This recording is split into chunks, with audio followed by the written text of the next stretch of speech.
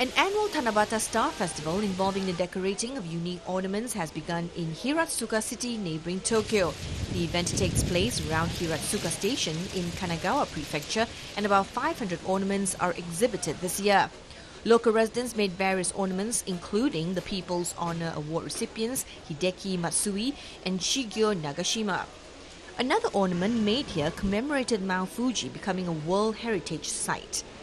People can vote for ornaments they like via mobile phones. One woman said it is the second time she has visited the event, but the ornaments look great as always.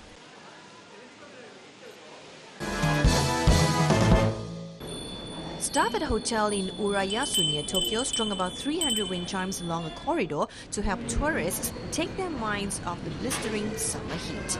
An unusual heat wave has enveloped much of Japan. Over 1,000 people suffering from heat stroke were admitted to hospitals across the nation recently.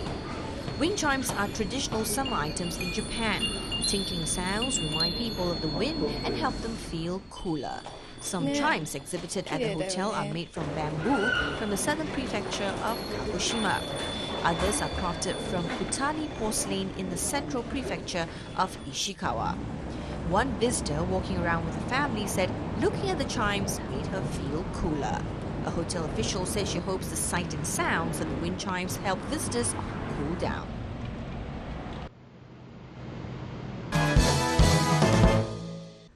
A total of 32 crested ibises were released into the wild in northwest China's Shanxi province recently, marking the first time they were released in such a large scale in the country. The crested ibises were released from a forestry farm in Tongchuan County of Shanxi. Devices were attached to each of the ibises so that experts will be able to track and monitor them for 2 years, ensuring their safety. As an endangered bird species, crested ibises are on the red list of threatened species by the International Union for Conservation of Nature, IUCN. Crested ibises used to be everywhere in Japan, China, the Korean Peninsula and Russia. However, due to environmental disruption and other adverse factors, they are now facing extinction. In 1981, the whole world was shocked when 7 wild ibises were found in Shanxi province by Liu Yanjing, a researcher at the Institute of Zoology, China's Academy of Sciences. The birds were then put into artificial breeding. Thanks to effective protective measures since then, its population has increased to more than 2,000 in China.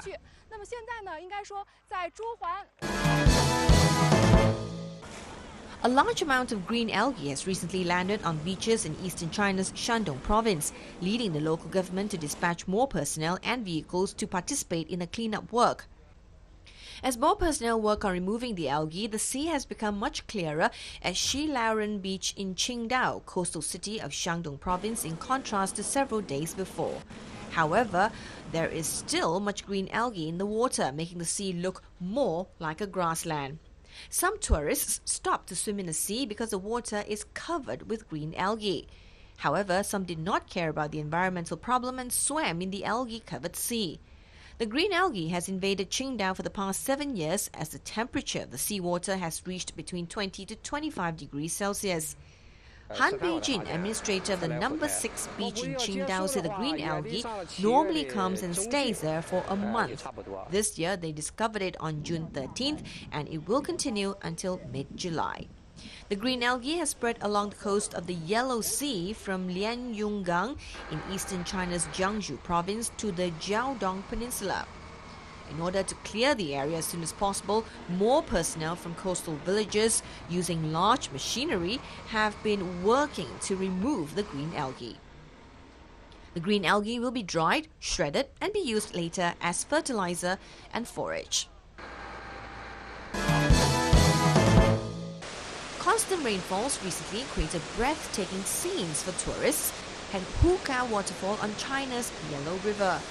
Heavy rainfall, together with increased water discharge from an upriver reservoir, created spectacular views for tourists visiting Hukao Waterfall, which is located at the border of North China's Shanxi and Shanxi provinces. Torrents of water passing over the waterfall are expected to last for more than a month, owing to water volumes increasing during the annual flood season, according to staff at the scenic spot.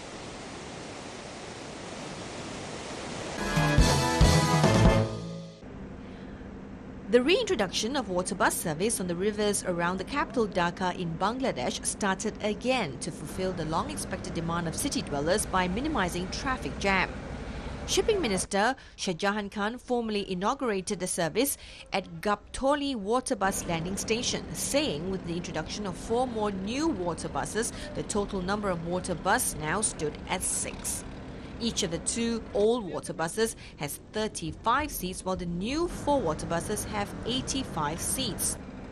The maximum fare will be for Sadargat-Gaptoli route, while the minimum of 10 taka is for one landing station to another. Another 4 modern water buses are also being built, which will run along the Sadargat-Gaptoli route. The preparations for the holy month of Ramadan have been continuing in Turkey. Ridges have been hung between minarets for calling of Muslims' attention to the Ramadan. Dates and other foods have been bought for breaking of fast. Ramadan is a special month of the year for over 1 billion Muslims throughout the world. During the blessed month of Ramadan, Muslims all over the world abstain from food, drink and other physical needs from dawn to sunset. As a time to purify the soul, refocus attention on God and practice self-sacrifice, Ramadan is much more than just not eating and drinking for Muslims. The end of the month will be marked by the celebration of Eid al-Fitr.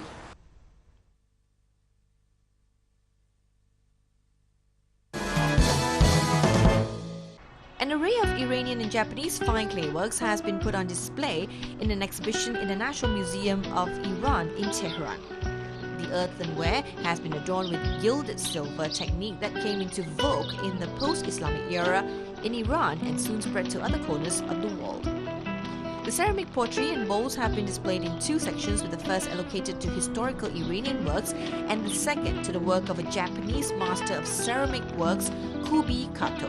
The Japanese clay artist said that his late father once brought the technique from Iran to Japan. He expressed delight that his works are displayed alongside Iranian works in the exhibition.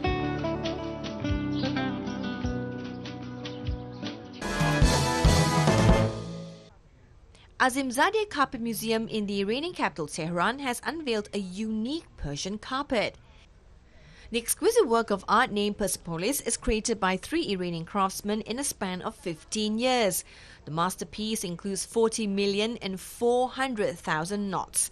Delicately designed and created patterns of the carpet resemble a rose garden with elements of old Persian civilization and history.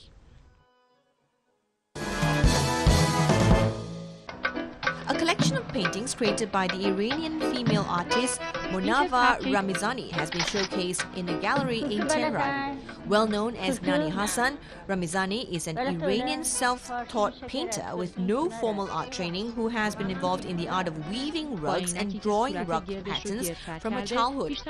Born in 1937 in Zanjan province, the artist's style is primitive, though deeply meaningful, that have been inspired from Persian tales, myths, stories, poems, traditions and legends. The heuristic painter Nani Hassan has experienced painting professionally since 6 years ago. Her life was granted much learning and ancient traditions inherited from her ancestors. Depicting a lot of untold stories, Ramizani's carpet making and designing represent her own visual language. Her works are full of rhythms and repeated motifs with various colors that liken her paintings to carpet.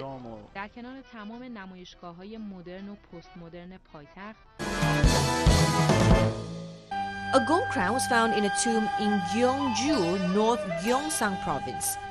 National Treasure number 87 highlights the sophisticated and refined metal craft techniques during the Silla Kingdom.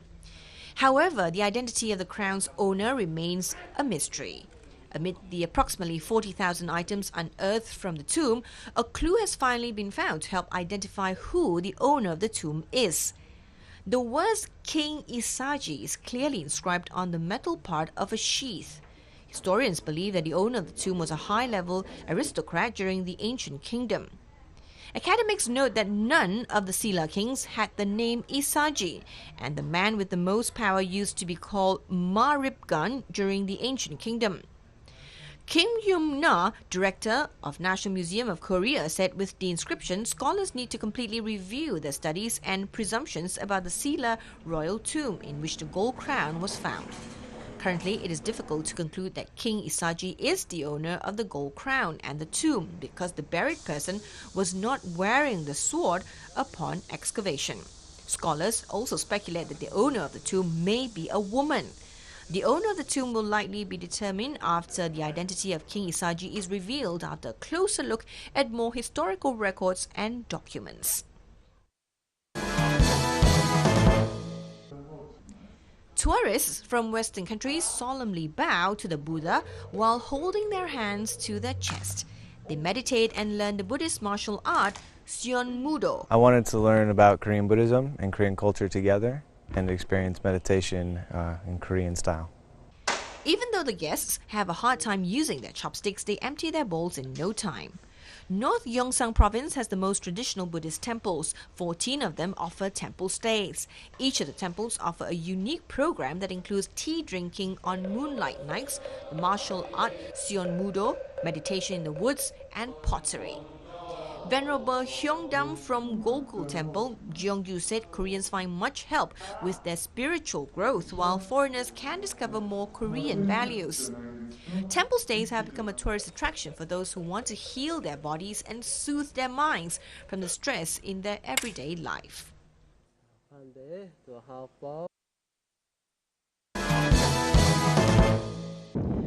Sri Lanka is keen on expanding the wind power generation as a green energy source that reduces the burden of the country's high-cost thermal power generation.